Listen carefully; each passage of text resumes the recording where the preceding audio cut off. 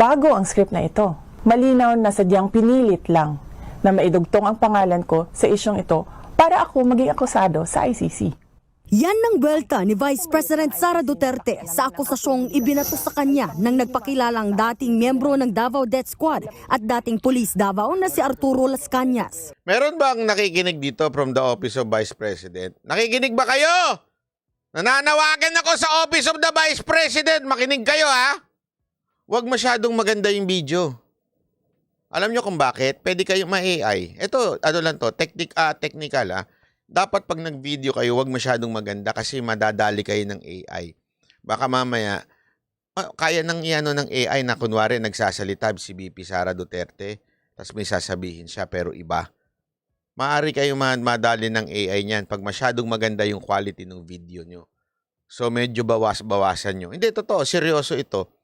Kahit sa ibang bansa, ginagawa na yun na hindi masyadong yung informal lang dapat ng pagbibideo kasi tatama, kaya ng iano ng AI pag masyadong maganda. Oo. May gumagawa niyan. Eh pagka nadali, alam mo naman sa Pilipinas, ang dami gumagawa ng fake news eh.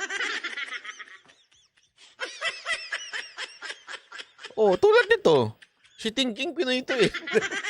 Joke lang ha, joke lang. Ang paratang sa bise, siya raw ang pasimuno ng Oplan Tokhang noong alkalde pa siya ng Davao City. Iniugnay rin si Inday Sara sa Davao Death Squad at sa mga patayan sa lungsod. Pero giit ng bise, bakit ngayon lang siya idinamay ni Las Cañas? Sa mga taon na nagsilbi ako bilang Vice Mayor at Mayor ng Davao City, ni minsan ay hindi naugnay ang aking pangalan sa isyong ito.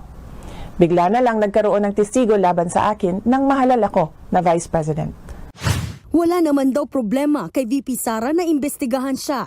Iyan, Nabi, salamat po. Pero hindi raw siya papayag Thank na you ang po. International Criminal Court Mari o TV ICC official, ang salamat gumawa po. nito. Hamon pa ng pangalawang Pangulo. Sa testigo at mga tao na nakapalikod sa kanya, mag-file kayo ng kasong murder laban sa akin dito sa Pilipinas. Joylen Legaspi, salamat po. Ang pagpupumilit ng ICC na pakialaman ang ating hudikatura ay panghihimasok sa ating soberanya. Paglapasangan ito sa dignidad ng mga Pilipino at sa karangalan ng Pilipinas.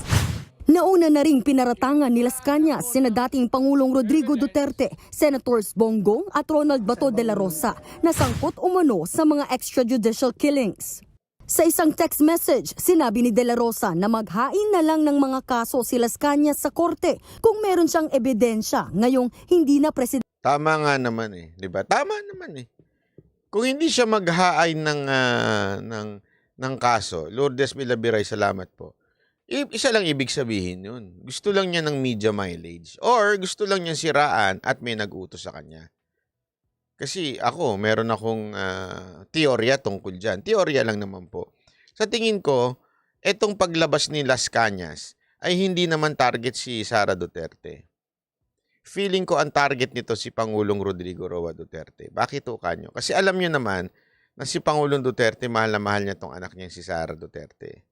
Pag si Sara Duterte ang talagang nagigipit, nagagalit ito si Pangulong Duterte. So, alam mo yun, feeling ko, ganti ito. Alam nilang malapit sa puso ni Pangulong Duterte yung anak niya. Hindi niya matiis. Kaya, since hindi nila kayang direct attack si PRRD, di ba? Yung fentanyl nila, tumalbog sa kanila eh. Pinagtawanan lang sila eh. Natawa pa nga ako dun sa interview ni Dr. Herboso ba yun, yung sa DOH, yung secretary. Tinanong siya. Actually, feeling ko taga-SM na yung nagtanong dun eh. Kasi sabi nito, may nagtanong, ano bang effect ng fentanyl? Alam mo mga dilawan yung nagtanong na media. Ganyan. Ano bang nakaka-hallucinate ba ito? So, sinagot naman ni DOH Secretary, ganyan niya, pag nasobra. Masama ba ito pag nasobra? Ganyan, ha? Tapos, tinanong ni siya, may prescription po ba itong fentanyl? O, sinagot naman. Eto, feeling ko taga-SM na yun. SM na yun, kakaiba din kayo talaga. Hanga talaga ako sa inyo. May prescription po ba yung fentanyl? Binang niya, oo naman. Ito very special may parang merong level na doktor lang pwedeng mag-prescribe ng fentanyl. Sir, ano po ang epekto ng cocaine? Nagulat ako sa tanong eh. Tapos, may prescription po ba ang cocaine? Sabi ko nga, it's either vlogger yon o taga-SMNI. Kasi shoot sa banga eh. Si ano naman, si secretary, sagot lang siya ng sagot. Gets nyo? Sumagot lang siya talaga. Sobrang sumagot lang siya na sinabi niya, wala yan. Kasi it's a legal substance. Sino nakapanood nun? Napanood ko yung tawa ko ng tawa eh. Sabi ko, buti na lang sinalba ng SMNI. Kasi alam ko na kagad yung ano eh. Alam ko na kagad yung headline ng tao eh. Fentanyl, nakaka-hallucinate. Ganyan, di ba? Sabi ng DOH. Kaya lang, the same interview, sinabi ng DOH na ang cocaine ay hindi prescripted drugs. Yun na illegal. So, hindi na nailabas. Very nice, ha? Talay. Presidente si Duterte. Ayon naman kay Senator Go, gawa-gawa at pawang mga kasinungalingan ng mga bintang ni Las Cañas. Kahit kailan daw, walang iniutos na anumang iligal si dating Pangulong Duterte at hindi naman daw gagawa si Go ng iligal. Wala pa namang bagong tugon si Duterte. Kaugnay ng pasabog ni Las Cañas, maghahain ng resolusyon si ACT Teachers Party List Representative Franz Castro kasama ang Makabayan Bloc para udyukin ng Kamara na imbestigahan ang pagkakadawit kay VP Sara. Magkano, te? Magkano? Magkano bigayan ni Tambaloslo sa inyo? Grabe, no? Alam mo yung obvious ba? Obvious na obvious eh.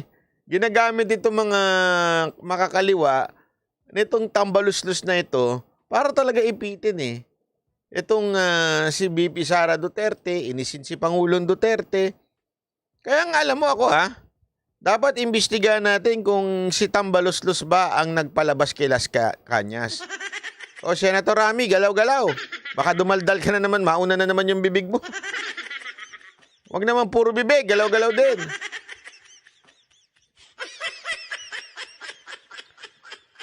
Kasi, eto what's the sense of going to the house? Okay lang sana yan eh, kung,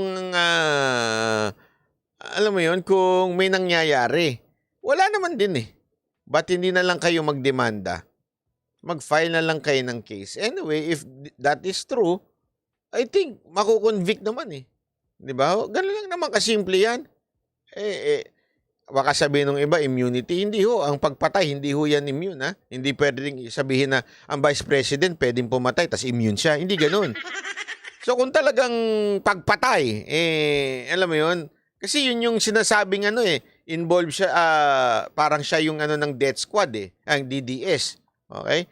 So, ibig sabihin nun, hindi ho yan cover ng immunity ni Vice President Sara Duterte.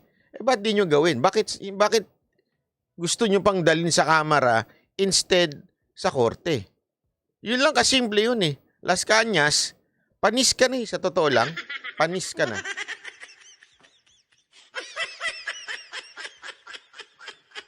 Kasi para kang para kang naghain ng pagkain.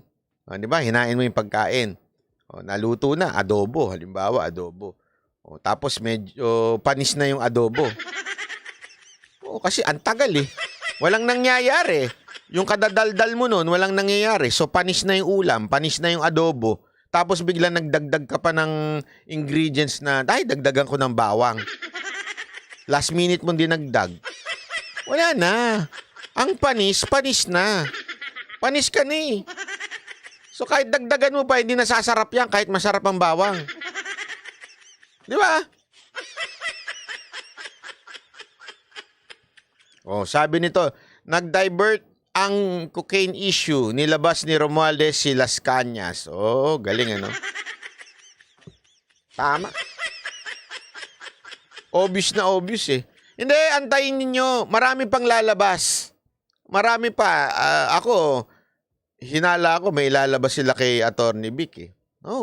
Kasi ang ganda talaga ng interview kay Attorney Vic. Doon na, how do I put this? Kasi maraming nagsasalita dyan.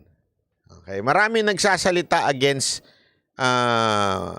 the family, or especially with First Lady and BBM.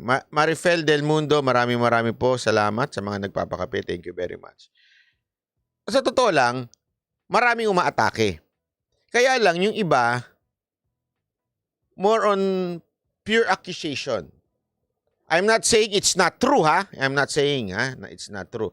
Kaya lang, yung accusation na yon, medyo kulang ng ebidensya yung iba. O kung hindi naman kulang, walang ebidensya yung iba. Kaya tuloy hindi siya yung substance niya hindi masyadong malalim.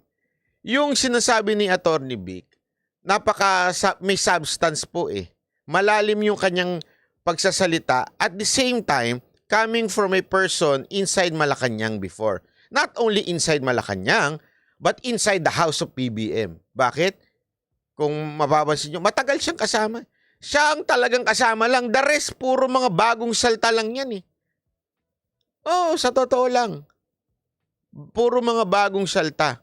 Alam niyo, ewan ko kung nakakwento ba doon sa interview. There was even a time, nakwento niya, na merong 4 na pinapasok na alam niyang kurap. Ayaw niyang ipasok. So sabi niya magre-resign na lang siya instead na ipasok to. So during the time na sabi ni Attorney Vic, ito hindi niya nakinuwento to dyan sa live. Magre-resign na siya. Kinausap niya si Bongbong, may 2 sekretary. O, hulaan nyo na lang kung sino yon. Google nyo. Ayoko nang banggitin dito. Yung 2 sekretary na yon, yun ang napapabalitang papalit sa kanya bilang executive secretary. Yung 2 na yon. Tawan-tawa daw siya kasi nung nagpapaalam siya, itong isang sekretaryong epal-epal, yung puro salita na wala namang gawa. Sabi ba naman sa kanya, uy, wag ka mag-resign. Ano mo yan? Okay mo yan. Sa'yo yan. Okay yan. Tapos nung nag-resign siya, isa sa mga nagpipilit maging executive secretary. Ganon kaahas itong mga nasa gobyerno. Yung pagkakaharap ka ang bait-bait, pagkakaharap ka kaibigan. Pero nung natanggal nga siya, ayun, nagsunggaban na. Yan yung isa sa mga napag-usapan namin kay Attorney Vic. Sabi niya nga ano ba to? Nahulaan mo ba itong mga mangyayari na ito? Sabi niya, oo. Kasi yung naandun pa nga lang ako sa loob, para na silang mga vultures, yung nagsusunggaban, ika nga. Nasa loob pa siya nun. Siya na nga lang yung pumipigil. Kasi alam niya naman, kasi tama nga naman din siya. Alam mo, si Attorney Vic, marami not only me. Okay? Marami ako naririnig at nagsasabi, si Attorney Vic is like the sap o the bongo of Pangulong Duterte. Which is, kasi oo naman. Tandaan ninyo, hindi pa panalo itong mama. Kulelat pa itong mama na ito, si Bongbong Marcos. Hirap na hirap si Attorney Vic ipaglaban yung laban nila sa COMELEC doon sa pagkapanalo niya ng Vice President. Hirap na hirap sila. Talagang ganun kalalim ang eksena ni Attorney Vic. Kaya nga nung nanalo sila, ramdam na ramdam mo eh. Parang sa kanya, pinaghirapan natin to para maabot natin tong presidency mo. Tapos, may mga bagong salta lang na alam mo namang mga magnanakaw lang, gagamitin ka lang, tas masisira ka. Which is, ang totoo naman, isa sa mga reason kaya sila tumakbo, si Bongbong, is to redeem the name of the Marcoses. That's true. Actually, siguro mga 70% o 80% ng motibo ng mga Marcos kaya tumakbo si Bongbong Marcos na presidente. It's to redeem the name of Marcos eh. Ilang beses yan na nadulas si Amy pala, sorry, para kasi sila ugali. Si Amy, na talagang ang dahilan kaya tumakbo is because of their name. Para maano lang nila yung kanilang pangalan. Di ba? Kaya nga nung nanalo na, sinusubukan proteksyonan ni Attorney Vic si Bongbong Marcos doon sa mga tarantado na nasa paligid. Alam mo, normal kasi yun eh. Naalala ko talaga nung panahon ni Pangulong Duterte nung nanalo na siya, yung president-elect na siya pero hindi pa siya nanunumpa. Mantakin mo yung pila sa Davao? Humihingi ng posisyon? Ay grabe, 24 oras. Nakapila dun. And we are witness to that. Kami ni Mocha, pumila kami ng mga 5-6 na oras doon. Sandali! Hindi, pumila kami ng ng 6 na oras doon sa Davao noon. Ang akala nga ni Pangulong Duterte noon, humihingi kami ng pwesto kasi yun yung mga nakapila doon eh. Humihingi ng pwesto. Tapos nagtaka nga siya nung wala kaming hininging pwesto at ang binigay namin yung papel. Naka-video yun eh. Yung papel, nakahilingan ng taong bayan. Nagpaano si Mocha noon, nagpa-survey siya. Ano ang inyong hinihiling sa Pangulong Duterte natin ngayong siya na ang presidente? Lahat yun sinulat namin. 20. Actually, hindi pala 20. I think 10. Kung tama yung aking memory. I think 10. Tapos ipinakita namin yun. That's the first time na talaga nakausap ko rin si Pangulong Duterte ng harap-harapan. Ang tanong niya pa nga sa amin, ano daw ba ang maaari niya magawa? Kasi alam niyang ako yung manager ng Mocha Girls, tumulong ako kami sa kampanya. Sabi ko, wala po. Masaya lang po kami. Gusto lang kitang makita. Kasi normal talaga, kahit nga nung kay Pangulong Duterte, pumipila na yung mga animal doon. Yung mga gusto magkaposisyon, pumipila na.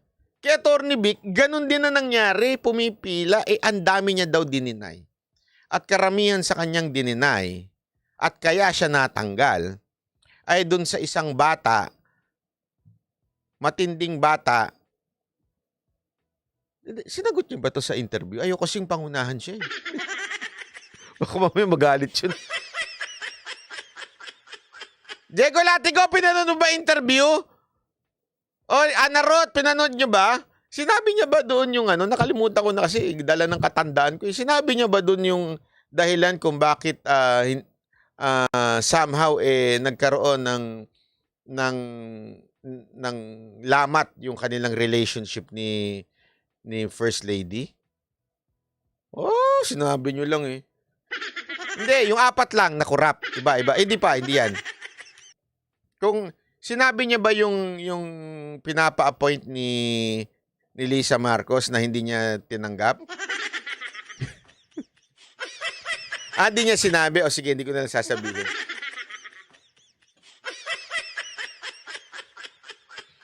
So may gusto daw i-appoint na alam niyang kurap. Actually, may kaso ng corruption. Yun ang sinasabi niya. Sabi ni hindi sinabi ito ni Atty. Vic. Kaya doon nagkaroon ng lamat ang kanilang Sabi ko, sabi ko pa nga sa kanya, ako? Oo, pero ang tingin ko talaga kaya nagkaroon ng lamat kasi bulong ng bulong yung thinking Pinoy na yun kay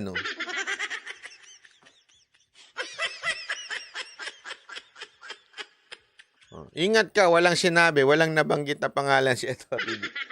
Hindi kasi sa totoo lang, ngayon yung sinasabi ko na parang yun ang dahilan kung bakit, alam mo yun,